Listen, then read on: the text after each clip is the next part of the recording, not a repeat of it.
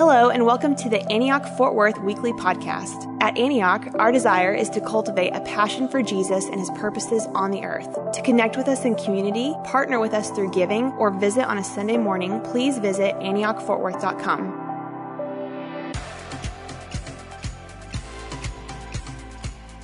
I am excited. I am looking forward to sharing with y'all this morning because we're going to talk about the power of love. And, Jackie and I took a little time off for the holidays, and during that time, I was inspired by the great theologian Huey Lewis and the News. And so we're going to talk about the power of love. I figured that if Jason Cox last week can reference Jed Clampett in a sermon, then I'm good referencing Huey Lewis, okay? So here we go.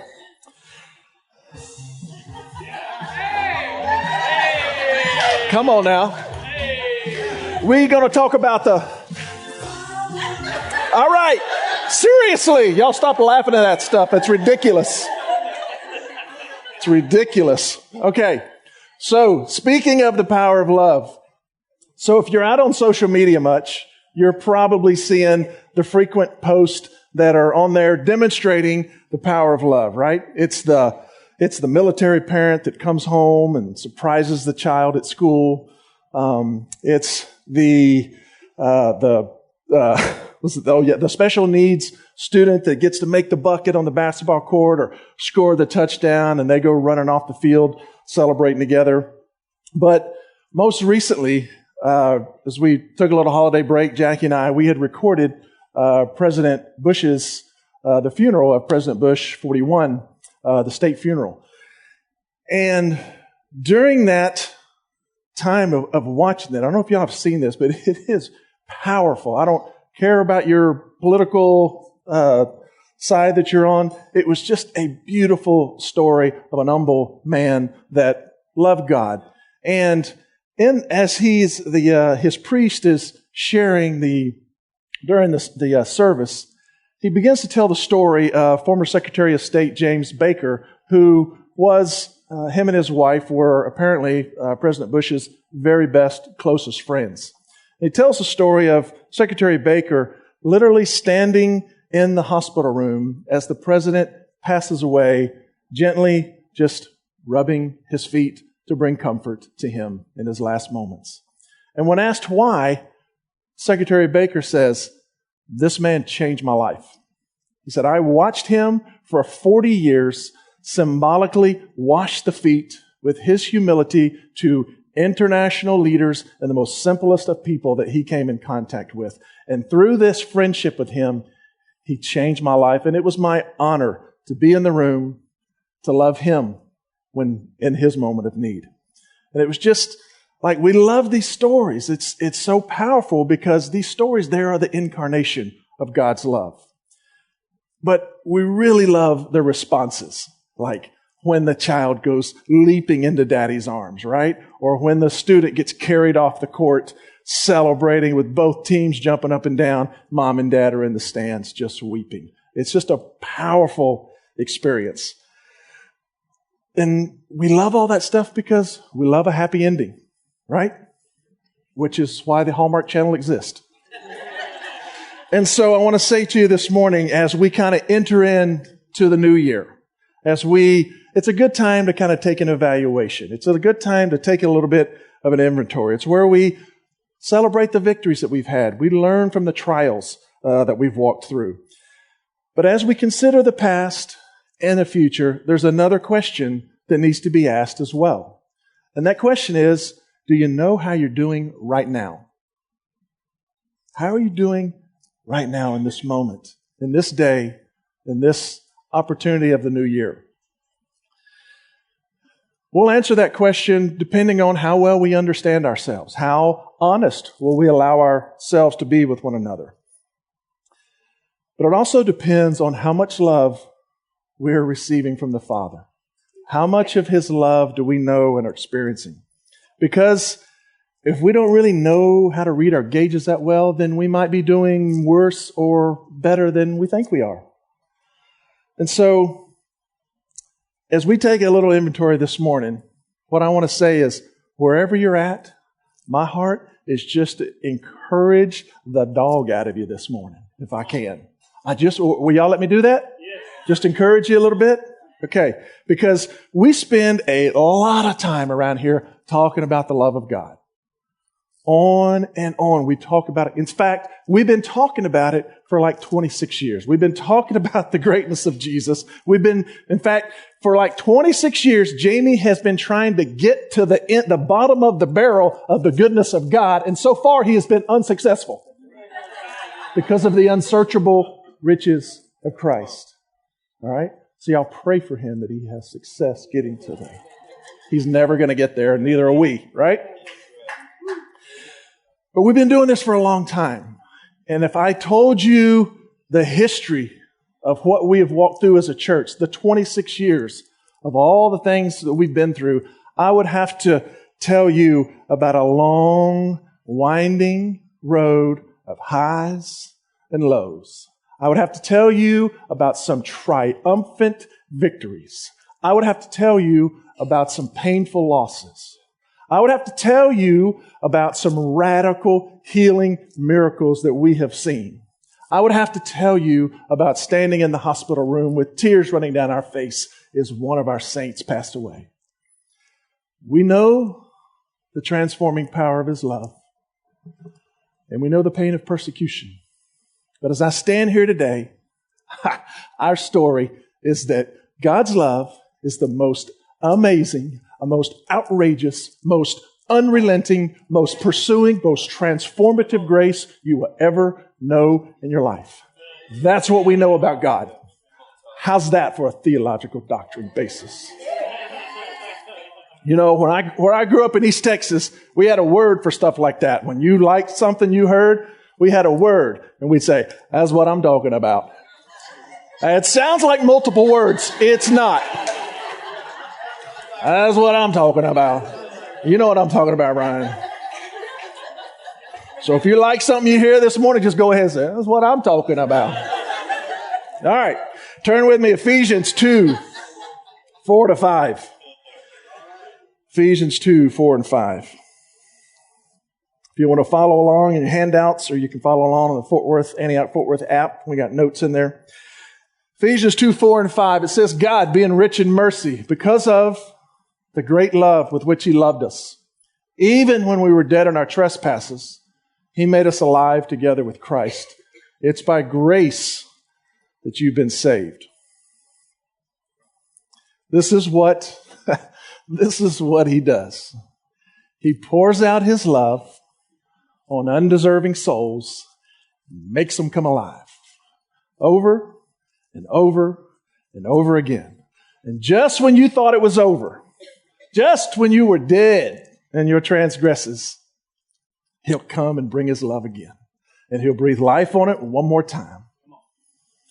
It doesn't matter where you're at right now. It doesn't matter what you're experienced. It doesn't matter what you think, although that can help. But it doesn't matter what you think, because the reality of his love is it's coming, it's coming, it's coming, it's coming. He can't stop coming with love. When you and I are filled with hate, he just says, I'm coming with love. When you and I are filled with fear, he says, I'm coming with love. When you and I are filled with being scared, with you and I are filled with wrong thinkings about God, he says, it's okay. I'm coming with love. It's who I am. It's the air I breathe. It is my character. I cannot do something that I'm not. You trying to get me to leave you in a moment is like telling the oxygen to get out the room. It can't happen. Woo! I wish y'all was amening as good as I'm preaching. I'm talking about. That's what I'm talking about, Pastor. I'm telling you now. All right, I got 4 signs for you of signs of life. That's what we're going to take a little inventory and find out what some signs of life are, all right? So number 1, wrestling with God is a sign of life.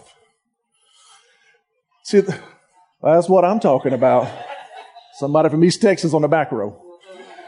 There are signs, there are seasons in our life where we find ourselves wrestling with what we think about God, where we find ourselves wrestling with what we understand about his character, particularly when Scripture seems to be contradicting itself, like Old Testament wrath, versus the New Testament love that Yancey was referencing this morning.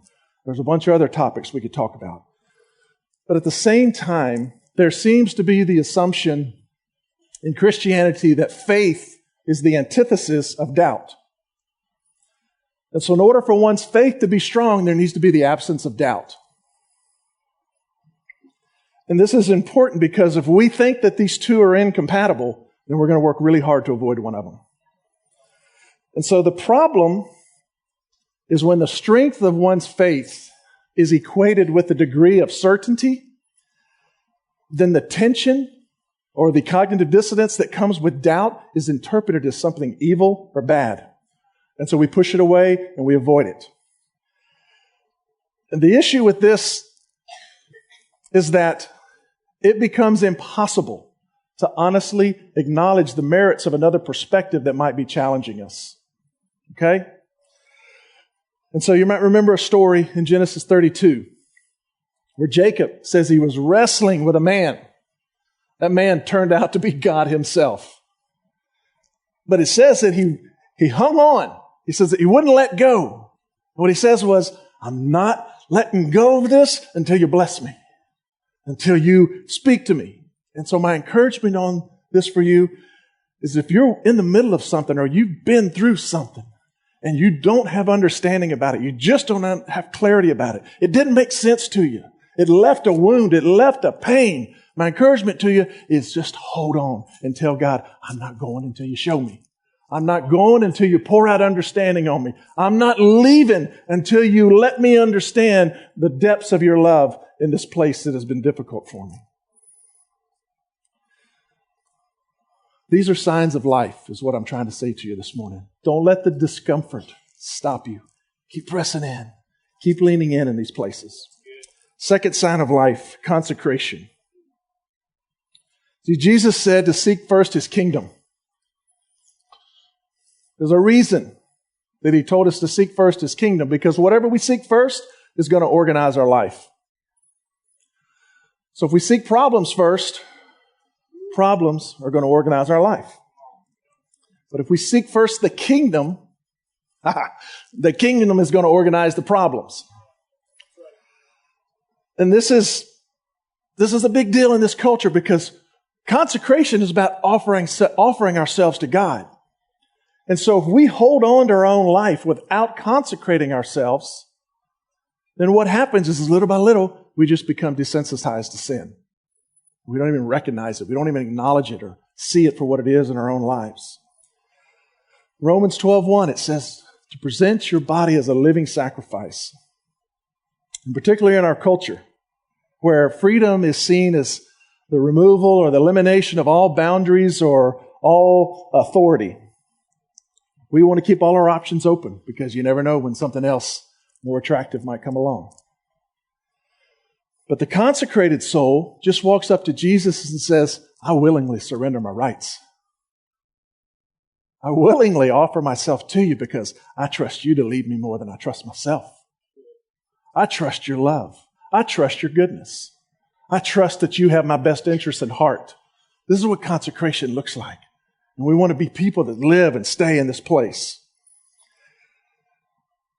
And it's in these moments that we start having a sense of God's life in us. Because if loving God is the greatest commandment, and we just don't have time for divided affections. It's about seeking His kingdom and giving ourselves to Him continually. Because if you show me a person that's consecrated themselves, I'll show you a person that's walking in spiritual hunger. Spiritual hunger matters because it's the trump card that gets you over the things that hold you back. You don't have to be the smartest person. You just got to be the hungriest person. And I promise you, you'll get the breakthrough. But we're not seeking hunger. We're seeking Jesus. And when we obey Him, the spiritual hunger is the fruit of saying yes to the King. That's how we change our life. That's how we change our environment. You know, there's a lot of mighty men and women sitting in this room. A lot of world changers sitting here. But what if this year in 2019, that instead of allowing the culture to influence us at whatever level we are allowing it to influence us, what if we just said, the calling of God is going to rule my life this year? What would happen? What kind of joy? What kind of freedom? What kind of grace? What kind of direction would your life take? I want to know. That's what I'm talking about. Number 3, signs of life, renewed mind. You know, as I reflect on my own journey, I am acutely aware of how the way that we view God impacts the way that we experience Him. And honestly, the longer I've been a part of this church, I am becoming convinced is that our experience on how we view God, how we experience God is significantly impacted by the way we understand Scripture and what it says about Him. The question is here, is what view of God is going to determine our understanding of Him? Will it be the sacrificial love at Calvary that determines our love, or will it be some Old Testament story of capital punishment for sexual sin or burning down entire cities? What are we going to allow it to be? Because the way we answer these questions are deeply going to affect our relationship with God. But they also affect our relationship with one another. And this really comes into play when we're experiencing difficulty or pain or trials, because we're going to respond to God based on whatever we believe about Him. And I want that being renewed and transformed in myself. We're going to be, when we get into those places where we're pressed and the pain is starting to come, we're going to start asking, is He good? Can He be trusted? Does He have my best interests? Is He full of love? And whatever our answer is for those things, that's how we're going to respond. And so we want to know Him. But if we'll wrestle with these things and consecrate ourselves to God, now we're in the position. Now we've put ourselves in a place of humility and openness where God can actually reveal the true nature of His character. And anytime God's revealing His true nature, you're going to experience some of these things every single time. They look like peace. They look like joy. They look like contentment. They look like love. They look like security.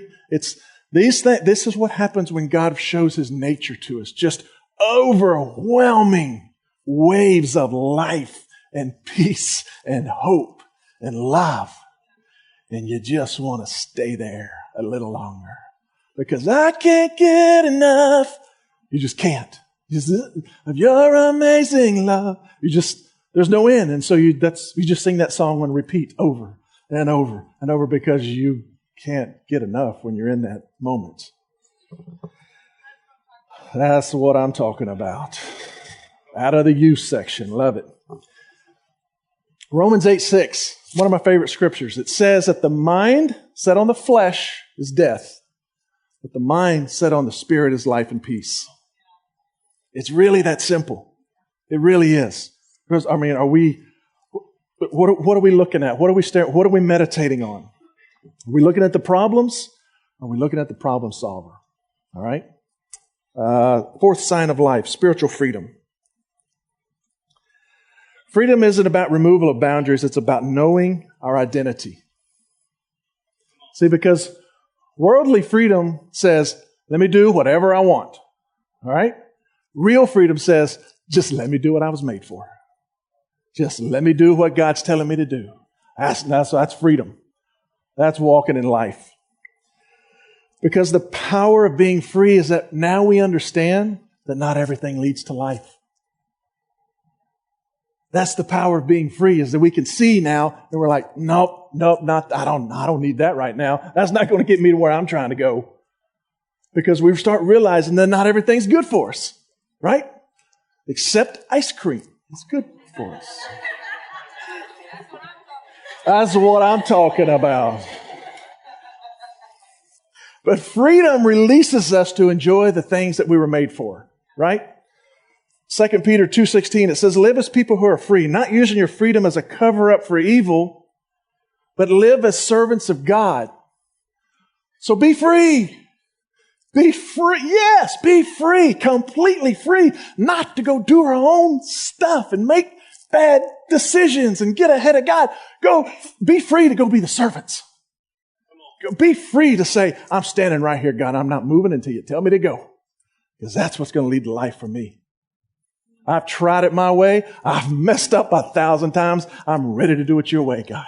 I trust you. I'm with you, God. I'm going left when you say left and right when you say right. And that's it. That's all I want right now because I'm tired of living a life that's dragging me down and taking energy out of me and stealing from me. I want life. I want life for me. I want it for my family. I want it for my kids. I want it in my office. I want it in the spheres and places you've given me. I want to bring life. Oh, I want to reach the poor, then go follow God and do what God says with the poor. I want to go change my city, then do what God is telling you to do. But you've got to get with Him. We got to get in the place into the presence of the living God and say, Father, what are you telling me doing about changing the city? What are you doing, God? What is your heart?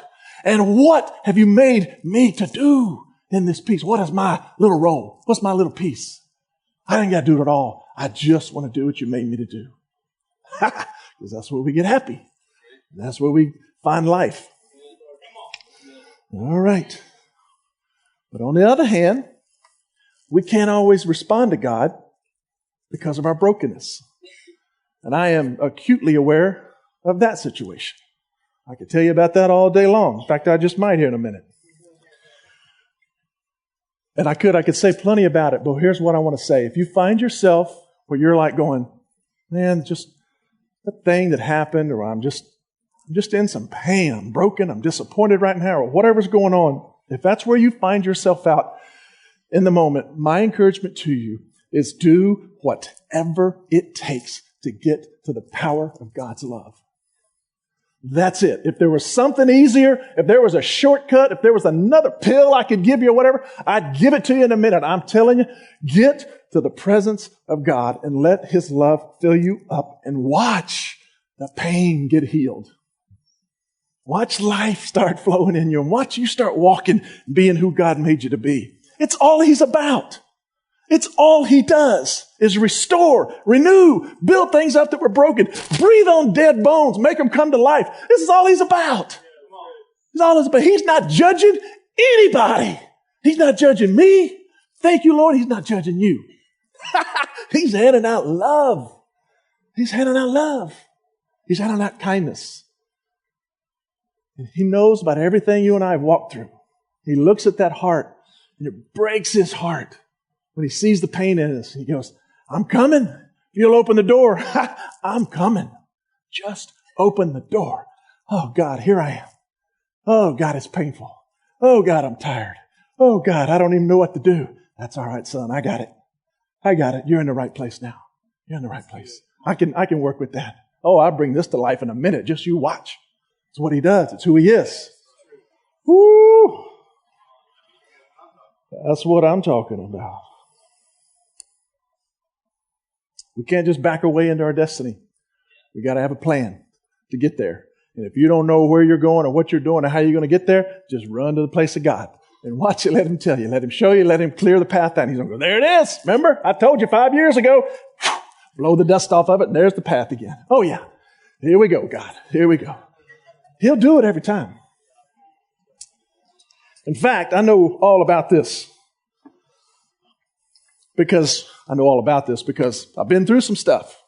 In fact, this past summer, I found myself wrestling with God about some stuff that I had experienced. Back in 2017, it's been a couple years now. Jackie and I have worked together for 30 years. We have our own business, but during that time, we went through one of the hardest seasons in our business that I've experienced. My company's 21 years old. It's the hardest thing I've ever been through. And in that, as we're walking through a very difficult, challenging, painful, bummer experience for us, it's also putting pressure and tension on our relationship. And so just everything's just, haywire, or you feel like that is. What I learned was that although this was really a difficult, challenging trial we went through, the inability to get closure on it just wore us out emotionally. And so and that's all because of expectations. Whatever your expectation going into the trial is, if it doesn't meet that, then tension, stress, worry, all that starts rising up. So we had expectations that weren't realistic. But what I realized, that was through 2017. At the beginning of last year in 2018, I realized that I was just unconsciously walking around trying to avoid pain. That was my MO. It hurt, it was difficult, I was tired, and so I'm just in kind of protection mode. The problem is that we all know that doesn't lead to life. Staying in protection mode, because if you're in protection mode, then you are focusing on problems. And it's never healthy to get out of anything. And so during this time, one of the biggest things to suffer for myself personally was my morning time with God. And I wasn't sleeping. It was like worry, anxiety, stress, and so I couldn't sleep. And if you're not getting rest, and it's hard to get up and have any meaningful time with God. And so times with God were like getting real abbreviated, and sometimes just getting dismissed because I'm waking up in the morning just feeling like what ran over me. And so one morning, this past summer, early in the summer, I think it was, Jim Yost was in town, if any of y'all remember that. And Jamie just came up at the end of the sermon, like he does a lot of times, and just offered a little simple call to ministry in response to Jim's message. And what he said was, what's the one thing that we can do to obey God today? Just as simple as that. He asked us all to close our eyes, and we did, and he asked that question of us. And when I closed my eyes, I heard God just as clearly as anything, in my brokenness, say, meet me at 5 a.m. When he said that, I knew exactly what he meant. And he was calling me I saw a picture of myself at the prayer room over here at 5 a.m., from like 5 to 7 a.m. in the morning. My first thought was, what in the world? I was like, I'm going to be waking up chickens on the way to the prayer meeting, this is going to be offensive to them. Yeah, the things you think, right? So the next morning I arrive at the prayer room, 5 a.m. We start worshiping, and I'm worshiping as loud as I can. I've got the music cranked. I am worshiping and shouting to God as loud as I can. I am consecrating myself, and I am repenting of things. I am declaring my utter allegiance to Jesus. And this went on day after day after day. And a month went by, and the next thing, 2 months went by, and 3 months went by, and on and on. It was the most powerful, transforming spirit encounter I've had in some times. And it was glorious. It was beautiful. It was powerful. It was just walking around morning by morning. One of the things I knew was that I needed to say yes to God on His timing.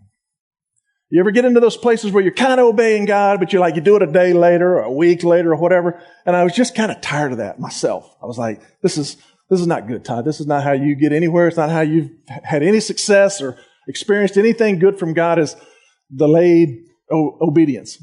And so when God said, meet me at 5 o'clock tomorrow, I was like, I got to be there at 5. I need to be there at 5 for my own soul.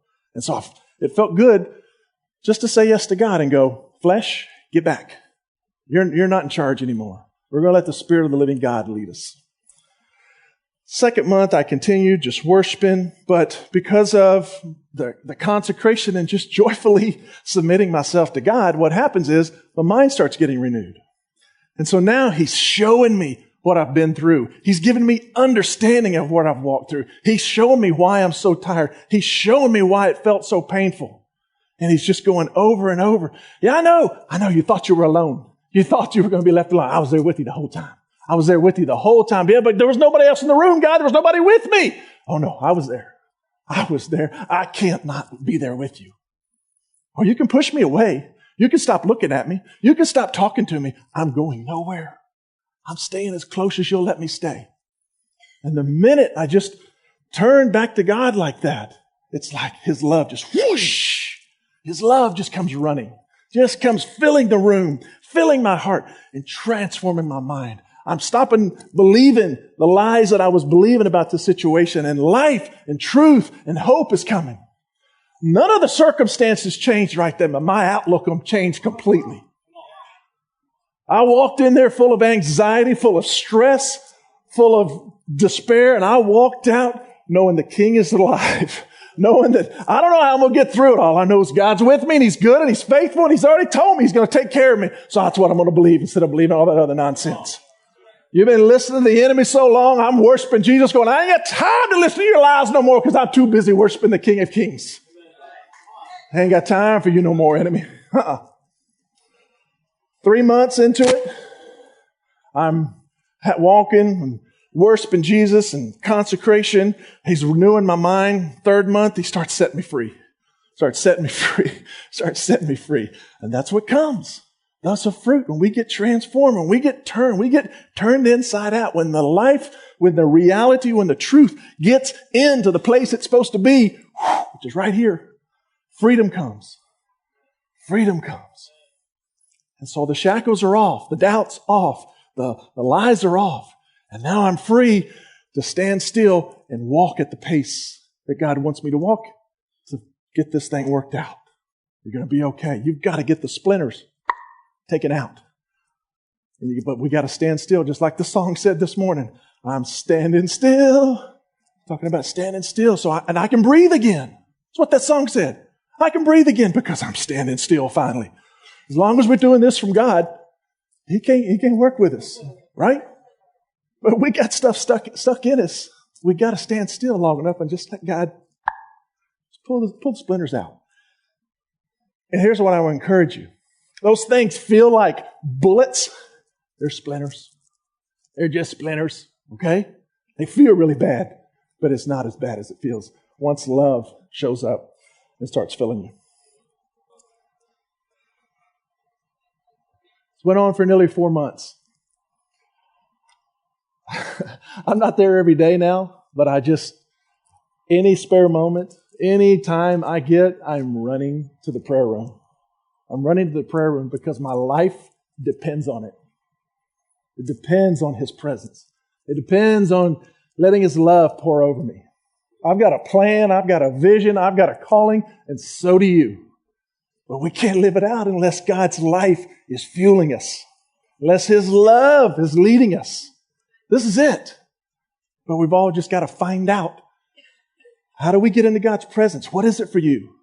What helps you get into God's presence? What helps you feel His love? It doesn't matter what or where or how. It's just what helps you. If it helps you, get there as fast as you can. Stay there as long as you got time. It'll change you. That's what I'm talking about. That's what I'm talking about. All right, be standing with me.